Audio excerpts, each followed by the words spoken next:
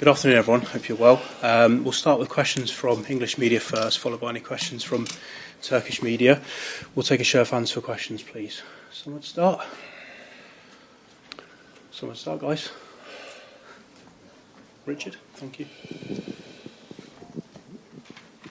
Hi, Pep.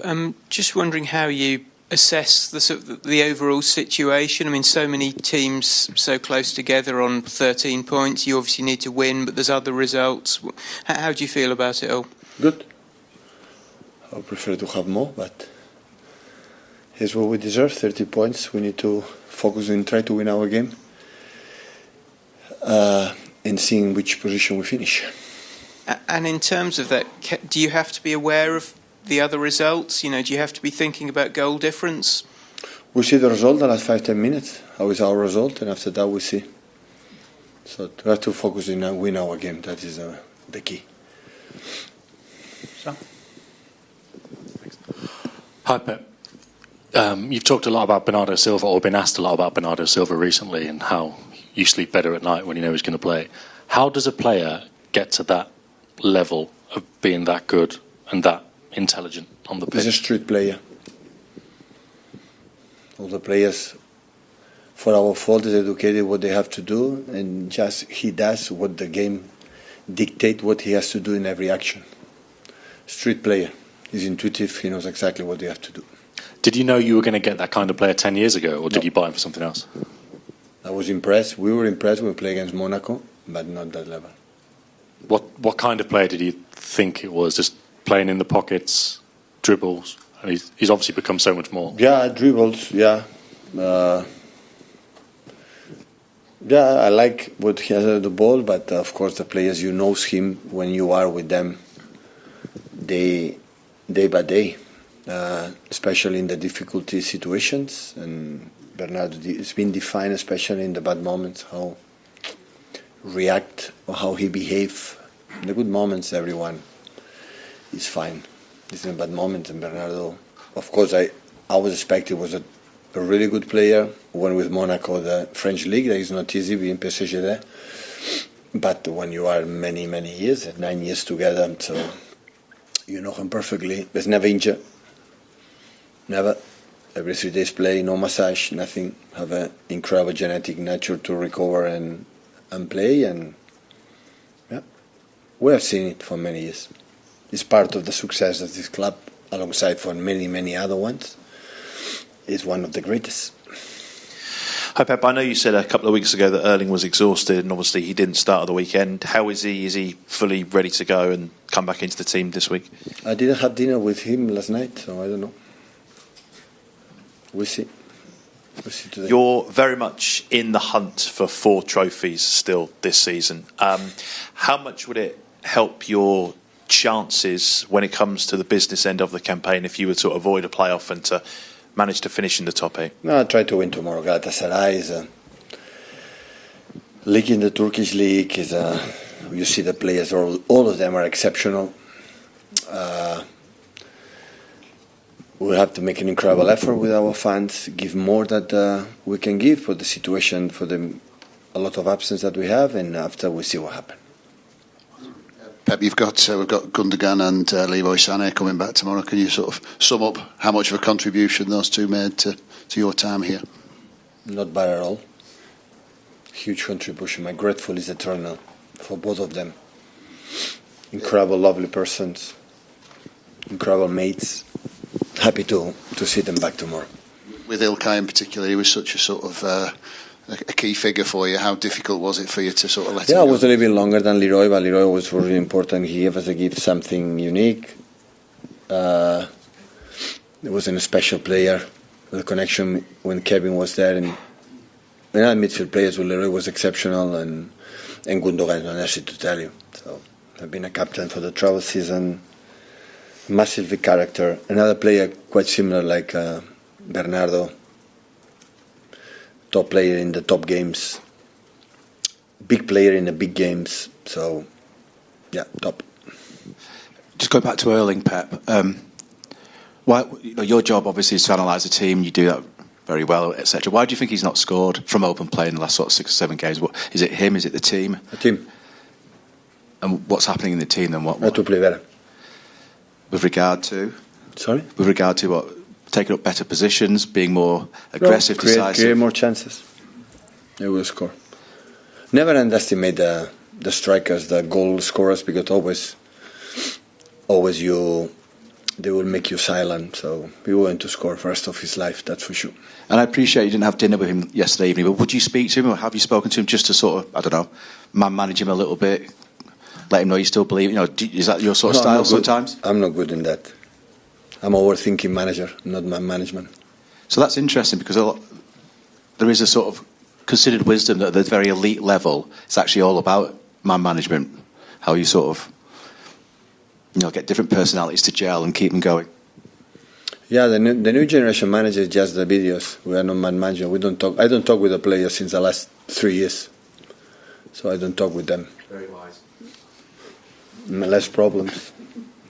Pep, you've obviously had a few days to reflect now on the Wolves game. You've obviously said that on occasion in the past your emotions can get the better of you at times. So just wondered on reflection what you thought about your comments about Faria Halam, the Premier League referee, making his debut, and whether you thought you went a bit too far with some of the comments you made on Saturday. They defend the statements always. They defend each other, completely understandable. So they have to do that. But at the same time, they had to defend my club. How many times I criticized the referees last season was the worst season in 10 years? How many times? I'd have to go back and check. I don't know how many times. That's true, because it never happened. Right. Okay, but I'm saying he was against United. What happened? You were there after the United game. What was my comments against the referees? Tell me. No, there weren't about Dallo. No. What I'm saying is, obviously, I was incredibly respectful in 9-10 years with the referees. Never ever. With the defeats and everything, never comment absolutely anything. When I don't have arguments to do it, that's the only reason why. But I know they defend each other, pundits, and everyone defenders. I understand completely. But I defend my players, I defend my club. That's why I owe them my club and my people, and not what happened and that. I know you made some obviously general comments about you felt that you'd obviously won all those titles despite the referees. I was referencing particularly the comments about a referee making his Premier League debut, and you implying that he was making. If he felt offended, I'm so sorry. I know it's not easy for a game debut, and it's happened. So I know they're so sensitive, everyone. Yeah, I know that. Well, I mean, it's not sensitive. It was quite a big comment to make about a guy making his Premier League debut. Probably. That's why you can write an article and you can get back the statements. You can write it and you do what happened. So just take a look in 10 years when we'll defeat the FA Cup finals. For the position of the referees, the keeper. For Crystal Palace, it's a natural position. It was a red card. It was not a red card. Look my comments after the game. Never, ever, in 10 years, in our defeats and our problems, I never criticized the referees. I know it's a difficult position. What I'm saying this is because there are arguments and reasons why we have done it. And I defend my club and my players. And they defend, or Webb defend the referees. He has to do that. He cannot live alone. How to do it? It's difficult. Look what happened today in the boxes, in the corners, in the free kicks, in every action. Look what happened. It's not easy for everyone. And every action is fault. Every action. Every action is fault. I know it's not easy, but I have to defend my club and my players, for many, many reasons. And never, ever, in 10 years when we were defeat or when we lose in the Champions League, in the Champions League, in the Premier League, in FA Cups, it won't happen. The first statement is congratulate to the opponent all the time. All the time. When I do it, it's because I believe it's fair enough to tell. But if you say for 1 time or 2 times, 3 times in 10 years, I am the type of, okay, it's fine. So everyone defend his position. You defend where you work, right? I defend my club and my players and what happened in many. When you are 6 minutes for a disallowed goal in Carabao Cup, I had to tell him, I have. With the hands is against Wolves, it happened. And after Crystal Palace Chelsea, what happened in the hands, I have to tell. Because I don't expect the referees going to defend, but I have to defend ourselves. For the thing is, it's fair enough. Hi, Pep. Everyone talks about the intimidating atmosphere when they go and play in Turkey at Galatasaray. Can your supporters make the Etihad as intimidating tomorrow? Everyone is cultural. I was in there when I was a football player in Barcelona, but never ever, I was unlucky for that year when I was in Barcelona, Bayern Munich and now City, never we face against Turkish teams away. I would love to go to Istanbul, but we're in Istanbul in a big night for us, for that club, obviously reasons, but against Galatasaray or Fenerbahce or Besiktas, to see three names that normally are in Europe teams, I've never been there. So I know, I spoke with some players here and there, the atmosphere is unbelievable, but every club and every country and every culture is every culture. So what we expect is the people come tomorrow, support us in the bad moments we have, because they are a top team. So Galatasaray have a huge respect for how good they are. And can I just ask about Nico Gonzalez? Is he going to be available? Today is the last training. We assess today. Hi, Pep. You've spoken a lot this season about the energy and the spirit within the group. When the players see that Arsenal have had a result like they did on Sunday, do you notice that energy and spirit increase in the group, or are they just so closed off to it they don't really even notice? My advice to them is focusing on what you have to do. That is the best advice. If you are just happy or you are optimistic just for the fact that our contenders lose the games, it will not be good. So we can do better. We're done in the balls. We can do better to win games. So now is a different competition, the Champions League, and we are already qualified. That's good, but of course will be really important with the game and weight. You are able to finish with the first 8 and knowing that this competition is so difficult for everyone. So every game is really tough. Take some questions from Turkish media. Just here on the front, please. Thanks, Alex. Çiğdem Günal, TVB Spor. For you, Pep, what is the hardest thing to control about Galatasaray with Okan Buruk as coach, given their results against English teams? Thank you. Well, the most difficult is the quality they have. For Osimhen is a top class players in the link with him, his speed, his top scorer. But not just him, Leroy. The both wingers are so fast, so quick. So, and after with Torreira, Gundo, with Lemina, so they have experienced players, all of them. So, if you see individual, I think Galatasaray, one of the biggest clubs in Turkey. So always they hire good players. Hi Pep, it's Veli Yiğit from Now Sport, Disney Turkey. As you said, Leroy Sané and İlkay Gündoğan are the players who you worked in the past, and they know you really well. In my opinion, it's normal that they can do a trial meeting, maybe to discuss your tactical situations with their coach. Do you think this is an advantage for your opponent for tomorrow, or can you say that I'm not the Pep they know anymore, I've changed tactically or mentally? Good question. They should do it. They should do it. I would do it, because we know each other quite well. But that's for sure. They don't know exactly with which player is going to play tomorrow, and the way we are going to attack and defend tomorrow. They don't know it, I think, except have some spy here in the locker room and is going to tell him. So that is not going to happen. So I would do it, of course. Gundo, and especially Gundo, have been in 1,000 million meetings together. So, but at the end, my colleague and myself, we don't play. Gundo plays, Leroy play, and our players play. That will be the difference, not the tactics. If you had some players from ex-Galatasaray, maybe, could you do the trial meeting with the ex-Galatasaray players? Yeah, I will ask to the coach how is his mindset, or how approach this type of games. Play the same away, home and away. So of course we'll ask him. Thank you. Okay, thank you everyone. Thank you.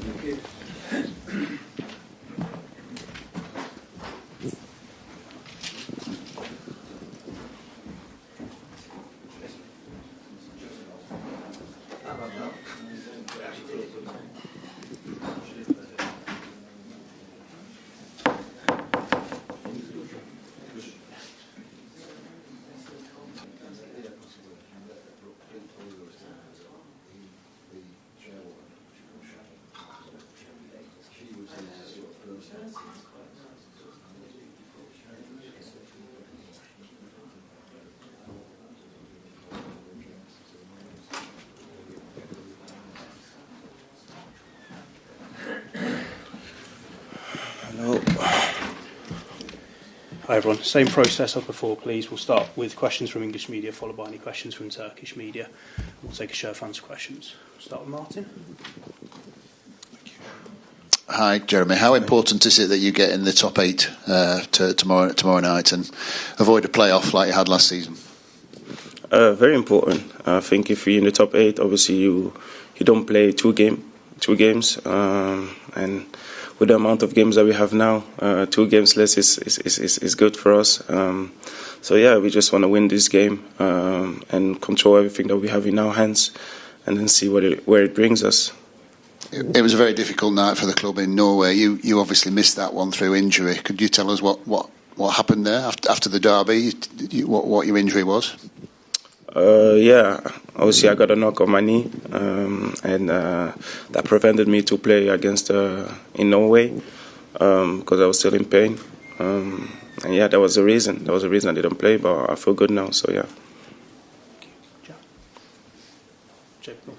Just regarding the injury, it was obviously a challenge from Dalot. How did you feel about it? It looked pretty X-rated, let's put it that way, at the time. Yeah, no, I saw the images as well. Yeah, what can I say? I can only say that I continued to play, but afterwards the game against Norway it was painful to play, so I didn't. And yeah, I think you guys know my feeling about it. As a sort of, you're all top professionals, proper players. There's certain challenges which maybe aren't, nice. How does it make you feel when that happens, when another sort of top pro does that? Because you could be out for a very long time. I could have, but yeah, look, that happened. It's like that happened. I didn't play in Norway, and that's it. Like, I don't want to get too much into it because it's the past now. Thanks to the Lord that I didn't get injured badly, and that I'm able to play now. So that's the only thing where I can focus on now. Hi, Jeremy. Just speaking sort of more generally on tackles and how you come up against sort of markers and things like that. There was obviously a challenge on Saturday that people were talking about after, where you got scrapes down the back of the leg. Do you think you get enough, or do you think wingers and fast attackers get enough protection from like the laws of the game or the referees at the moment? I don't know in general. I can just say about that tackle, obviously, that was painful. I didn't ask the ref why he didn't give another card, or I just know that it was painful. Just knowing myself and my character, I know that I'm not a diver. So if I fall on the ground, it's probably because something happened. At the end of the day, in terms of laws and in terms of, I don't know. I just know that when I'm on the ground, I'm not diving. So then it's their responsibility to see if this is a yellow or red, a foul or not a foul. That's their job. How many times a week do you think you get like a really heavy knock from a tackle? In games, you mean? Yeah. How many times? Just sort of on average. Good question.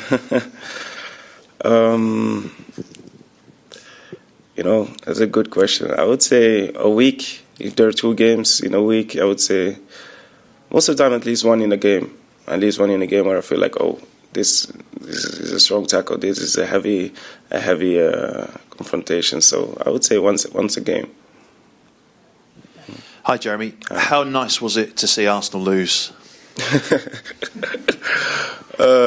It's difficult to say because it's not that I find joy in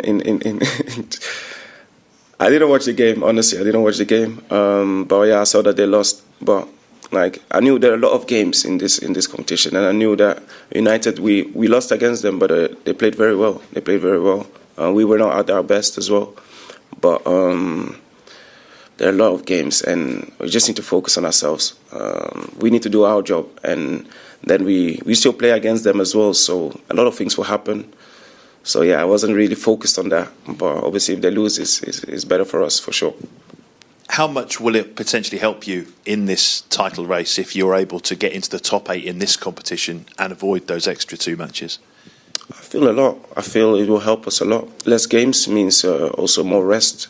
More rest means hopefully less injuries as well, because we have quite a bit of injuries now, and And I feel like, yeah, if we can avoid those 2 games, it will be beneficial for us to rest a bit more. So, yeah, that will help us.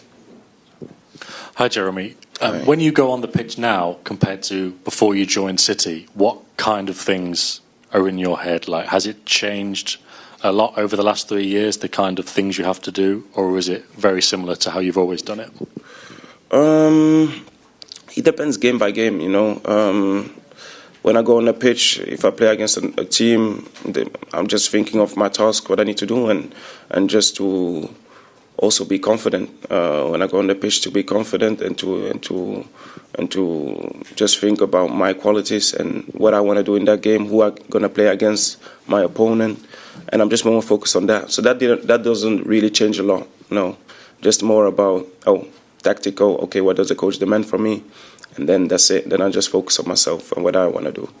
And when you're in that position to cross and you're looking up, and you know Erling's pretty much always making the back post run, and you may have players coming to the front post, is that basically the plan all the time? You know Erling's always going to be back post. Would you prefer him to maybe come near post, or is everything drilled and that's how it is? Is when you're looking for those targets, is that what you know is going to be the case? No, I feel like it's difficult to say this is how it's going to happen. You can prepare something, and then in the game, the free space is somewhere else. So when I'm in that position, I always keep my head up and try to look for the right player to pass to. And sometimes he's second post, sometimes he's first post, sometimes he's. I remember against Doku, he was more on the 16-yard when I passed the ball to him. So it depends. I feel like it's not something.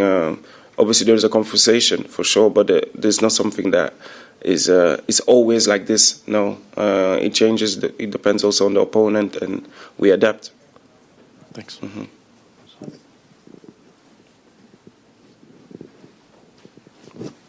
Hi, Jeremy. Just on the sort of the treatment that you get in games, what is more frustrating to you as a winger, the fouls that you pick up, or when people think that you're diving? For me, fouls is fine, as long, obviously, if I don't get injured. But fouls is fine because it shows that, I see that as a compliment, that they can't take the ball. It's more something like that. But for me, it's more the diving thing. When I don't get a foul, I'm not diving. That's sometimes frustrating because I know my character. You know, if I fall on the ground, it's because something happened, or I wouldn't fall on the ground. Like sometimes even the players tell me fall more on the ground. You know, so yeah, that's for me more frustrating for sure. And can I just ask as well? You seem to be playing more inside this season at times. Is that something that you've been working on, and are you enjoying that? Yeah, I'm enjoying it. I feel like it's more unpredictable and gives me more options as well. So I can play on the inside, I can play on the outside, and yeah, it changes my game as well. And I feel like if I can grow there as well, it will be beneficial for me. So yeah. Take some questions from Turkish media. Anything, guys? Yeah, just there. Thank you.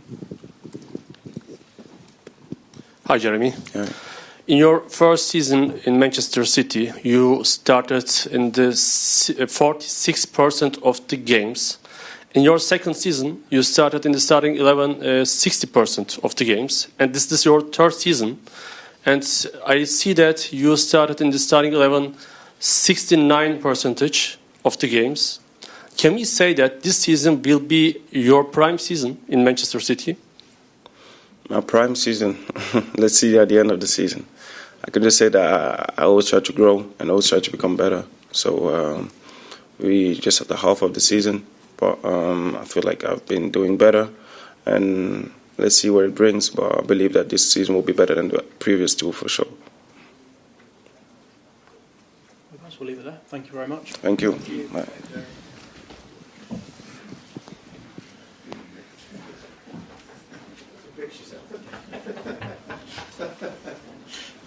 I could knock about stuff, you know what I mean?